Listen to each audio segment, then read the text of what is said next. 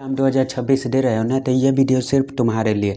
अगर तुमने ये नहीं किया जो मैं बताने वाला हूँ तो रिजल्ट के बाद रोते रह जाओगे। क्योंकि आज मैं तुम्हें एक फार्मूला बताने वाला, एक सीक्रेट बताने वाला हूँ जो बहुत कम लोग जानते हैं, और वो है गायब हो जाओ। हाँ भाई, गायब हो जाओ 30 दिन के लिए, पूरे दिन 30 दिन के लिए, और देखो तुम्हारी कैसे तुम्हारी ज़िंदगी बदल जाएगी। तो गायब होने का मतलब क्या है, अब सोचोगे तुम।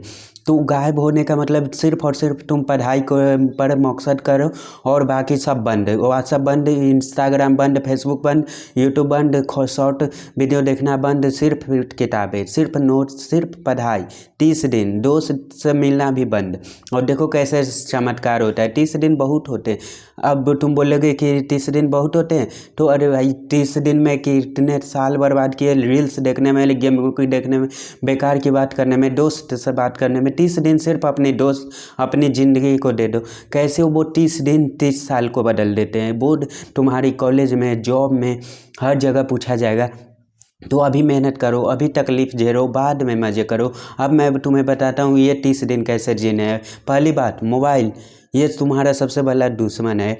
अभी किसी वक्त, इसी वक्त आप पापा को दे दो, या किसी को दे दो, या कहीं किसी दूर रख दो। अगर पढ़ाई के लिए चाहिए ना, तो सिर्फ वही देखो। यूट्यूब पर लेक्चर देखना है तो सिर्फ वही देखना है। नोटिफिकेशन आया तो इग्नोर किया, कोई कॉल किया इग्नोर किया, और क्योंकि अभी तुम्हारे पास वक्त नहीं है। अभी तुम्हारे पास सिर्फ एक काम है, पढ़ाई। सोशल मीडिया की तो बात ही नहीं करो। इंस्टाग्राम, फेसबुक, स्नैपचैट सब डिलीट कर दो। हाँ भाई, डिलीट कर दो 30 दिन के लिए।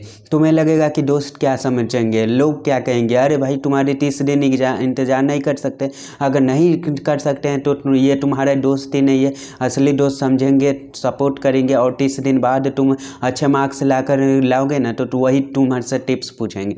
और दूसरी बात, टाइम टेबल। मैं जानता हूँ तुमने बहुत बार टाइम टेबल बनाया होगा और हर बार तोड़ा होगा, और इस बार नहीं तोड़ना है। एक सिंपल टाइम टेबल बनाओ जो तुम फॉलो कर सकते हो। ज़्यादा हेवी नहीं बनाओ कि 10 घंटे पढ़ूंगा, 12 घंटे पढ़ूंगा। रियलिस्टिक बनाओ, 6 घंटे, 7 घंटे, 8 घंटे। लेकिन जो भी बनाओ उसे फॉलो करो बिना किसी एक्सक्यूज के। सुबह 6 बजे उठो। हाँ भाई, 6 बजे।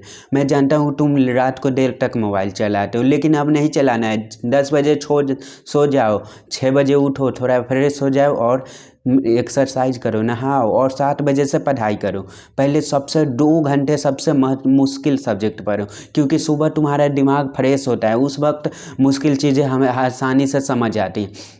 और 9 बजे ब्रेकफास्ट, खाना खाओ, मोबाइल मत छूना, और थोड़ा आराम करो। और 10 से 12 बजे तक दोपहर का खाना, फिर ब्रेक, फिर टहल लो, फिर चाय पियो, फिर 4 बजे से 6 बजे तक पढ़ाई, फिर शाम को थोड़ा सा रिलैक्स, पढ़ाई के परिवार के साथ बैठो, पढ़ाई करो, और 8 बजे से 10 बजे तक पढ़ाई करो, और सो जाओ।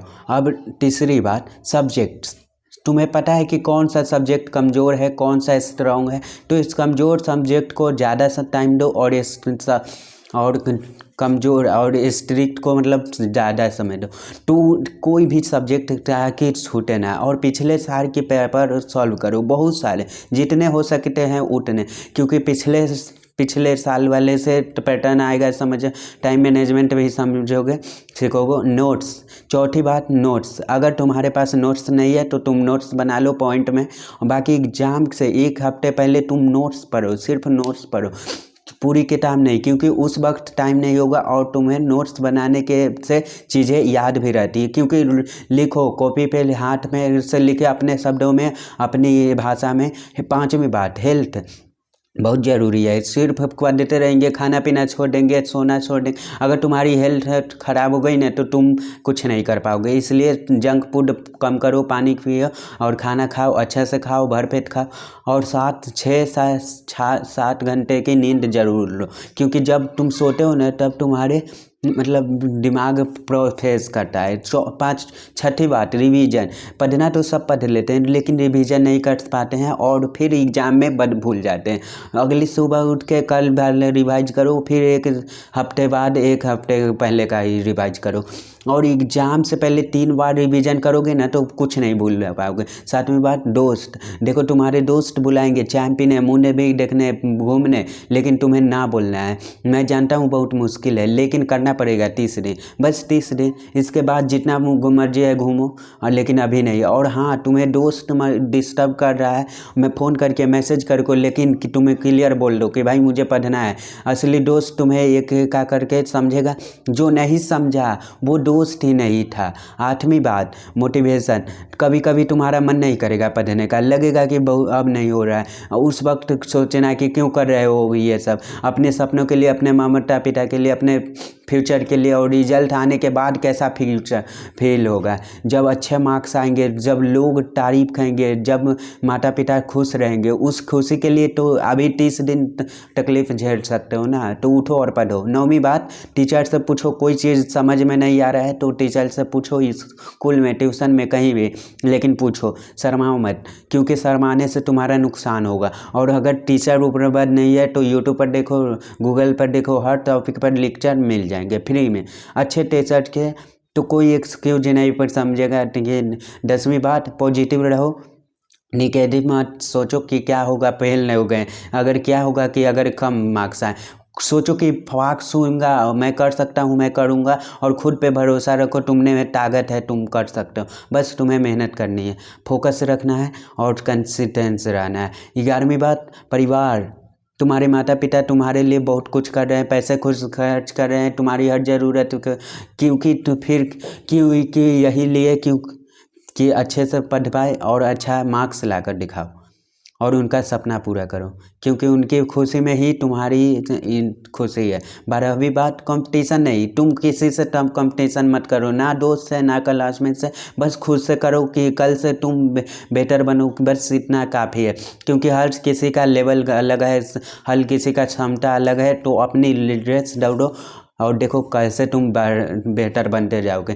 13वीं बात, ब्रेक्स। हाँ भाई, ब्रेक ज़रूरी है, लगातार 10 घंटे पढ़ोगे तो दिमाग नहीं काम करेगा, हर 10 मिनट 15 मिनट में ब्रेक, उठो टहल लो, लेकिन मोबाइल मत छूना, लेकिन क्योंकि मोबाइल पकड़ा ना तो 10 मिनट 2 घंटा बन जाएगा और फिर पढ़ाई बर्बाद। 14वीं बात, सेल्फ स्टडी। ट्यूशन जाना अच्छी बात है, लेकिन सिर्फ ट्यूशन से कुछ नहीं होगा, सेल्फ स्टडी बहुत ज़रूरी है कि खुद बैठकर पढ़ो, खुद से सवाल हल कर लो, खुद से पढ़ो, तभी याद रहेगी कि सिर्फ सुनने से कुछ नहीं होता नहीं, करना पड़ता है। पर हम 15वीं बात, तुम्हें डर लगता होगा, एग्जाम से डर, पर फेल होने से डर, लेकिन डर से कुछ नहीं होता, डर को भगाओ और मेहनत करो, जितना ज़्यादा तैयार रहोगे उतना कम डर लगेगा। तो तैयारी करो, अच्छी तैयारी करो और फिर देखो कैसे डर भाग जाता है। 16वीं बात, एग्ज़ाम हॉल। जब एग्ज़ाम हॉल में जाओ ना तो घबराओ मत, शांत रहो, पेपर मिलते ही पूरा पढ़ लो, फिर जो आता है वो करो, मुश्किल सवाल को आखिर में कर लो, टाइम मैनेजमेंट पर ध्यान रखो, हर सवाल को उतना ही जब टाइम दो कि जितना ज़रूरी है, ज़्यादा नहीं। हाँ, लिखावट से साफ रखो, क्योंकि लिखावट पढ़नी पड़ती है, मार्क्स लिखावट नहीं साफ रहेगी तो मार्क्स कट जाएगी।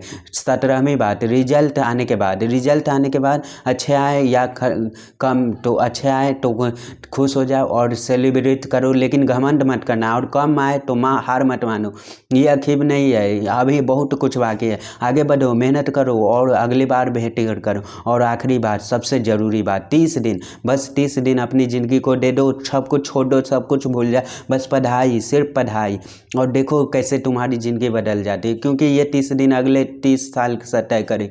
बोर्ड का रिजल्ट तुम्हारे साथ रहेगा हमेशा, कभी मेहनत करो, अभी तकलीफ झेलो, बाद में आराम से झेलो, और याद रखना, गायब हो जाओ पूरी तरह से सोशल मीडिया से, दोस्तों से, सबसे 30 दिन, सिर्फ 30 दिन, और जब वापस आओगे ना तो एक नए इंसान बन के, एक सफल स्टूडेंट जिसने अपने माता पिता को खुश किया, अपने सपने को पूरे किया और जो अपने जीवन की बदल दिया। तो तैयार हो तो आज से शुरू करो और अभी से, और कल कभी मत बोलना है कि कल से पढ़ूंगा, आज से और अभी से ही करो। और भी बोर्ड के लिए स्ट्रेटजी चाहिए तो कमेंट करो और चैनल सब्सक्राइब करो चैनल को, जल्दी से अगला वीडियो चाहिए तो चलो मिलते हैं नेक्स्ट वीडियो में, धन्यवाद।